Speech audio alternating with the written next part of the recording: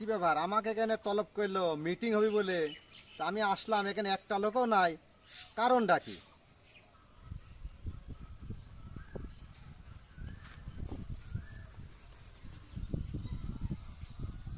কি ব্যাপার নেতা সাহেব, আপনি এনে বইয়া বাতাস খাইতাছেন, ওদিকে দেখি যে পুলিশ আমাদের কাবু চুবু তুলে ন্যাংটা করে ফেলতেছে।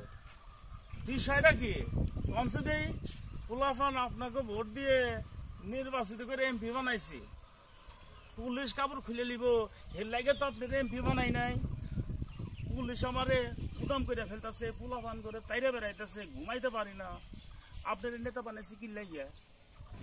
এই চান্দু, থাম থাম থাম। এবার এমপি আইছি, আগামী এবার মন্ত্রী হাইলি, তারপরে পুরা এলাকাটা তোর, তো কেউ কিছু আর করতে পারবে না।